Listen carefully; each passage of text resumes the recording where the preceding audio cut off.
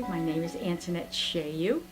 I'm an amputee about 15 years now, come March.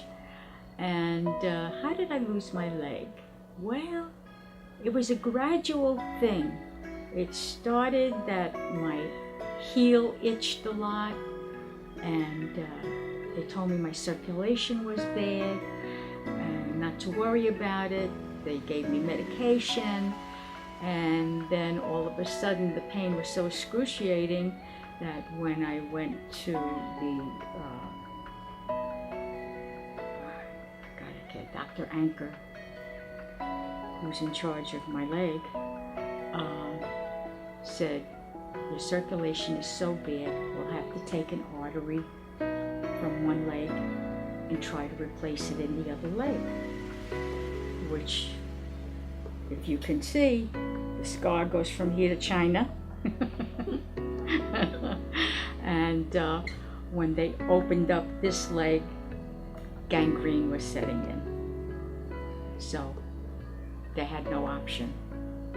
Unfortunately, we wasted an artery and they had to cut my leg.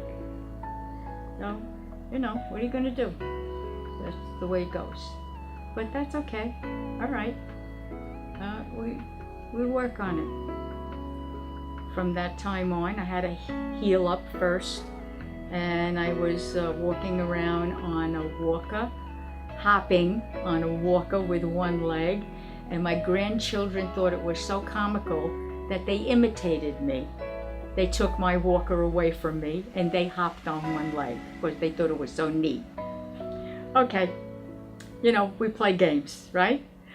I had to, when I finally did get my prosthetic leg, I had to learn to drive all over again with my left leg. And they had a special adaptation to put in the car, so the brake is towards the left leg. So I had to relearn how to drive all over again because you're so used to using your right leg to push on the pedal and to push on the brake.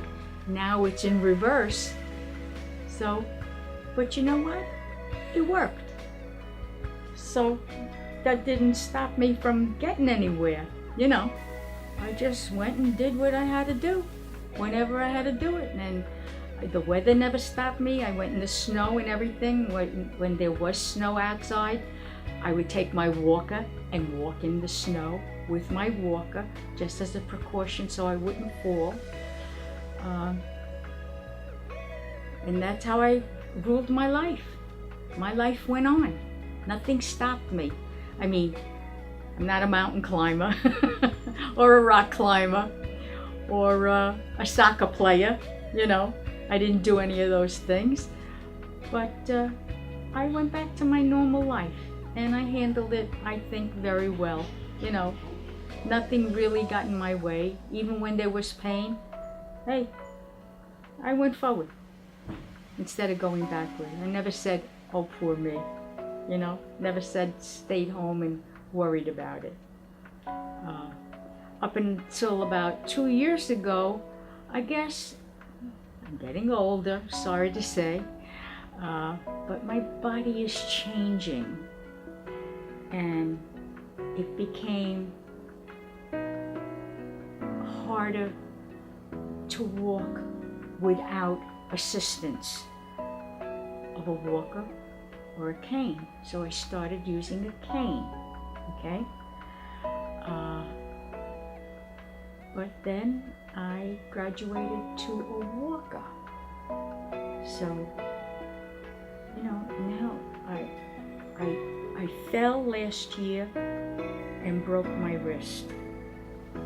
And that was a deterrent because I couldn't put my socket on because my wrist wasn't working.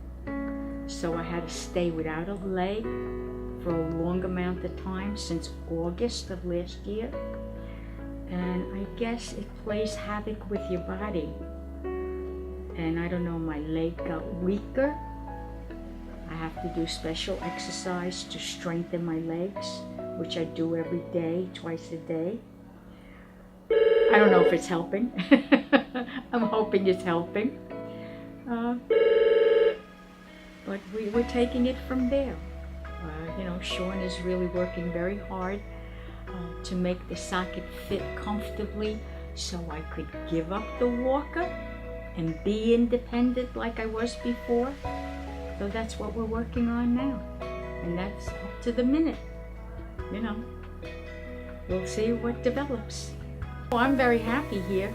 Of course, you have to understand, this doesn't happen in a day.